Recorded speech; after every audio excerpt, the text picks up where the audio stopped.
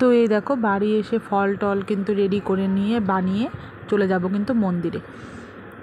তো মন্দিরে গিয়ে মন্দিরেও কিছু কাজ ছিল, ফল বানানো ছিল, পুজোর সামগ্রী সব রেডি করা ছিল। তো সবাই এদিকে কাজ করছিল, তারপরে আমিও বসে পড়লাম একটা বড় তরমুজ নিয়ে। সেই তরমুজটাকে একদম নিয়ে সব রেডি করে মন্দিরে, যেহেতু পুজোয় বসবে ঠাকুরমশাইয়ের জন্য, তাড়াতাড়ি করে রেডি করে দিচ্ছিলাম।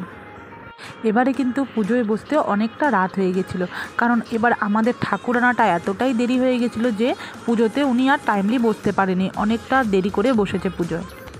আমি কিন্তু এই কালী পুজোয় প্রত্যেকবারই উপোস থাকি। তো এবারে ভাবছিলাম যে আর উপোস থাকবো না, কিন্তু মনটাও আর মানলো না। পুজোর সময় যখন চলে আসলো তখন মনে হয় যে না, উপোসটা থাকি, কি হয় একটা দিন উপোস থাকলে, তাই না বলো বন্ধুরা? তো পুজোর সমস্ত সামগ্রী রেডি করে মন্দিরটাকে একদম গুছিয়ে টুচিয়ে দিয়ে দেওয়া হয়েছে।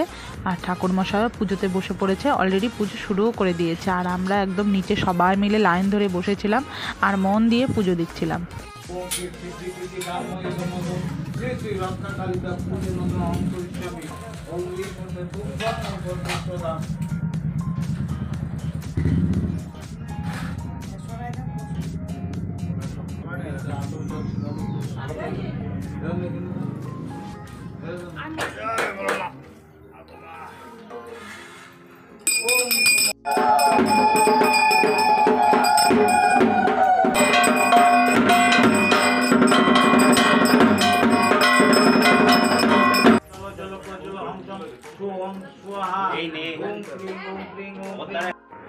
তো এই দেখো এখানে যাদেরকে দেখছো মোটামুটি কয়েকজন বাদে প্রায় সবাই আমরা প্রতি বছরই উপোস থাকি।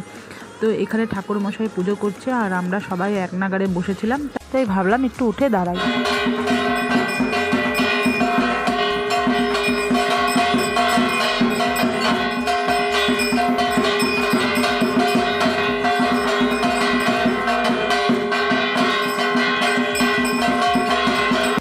তো পুজো তো চলছে, এখন লাগাবে হচ্ছে ভোগ।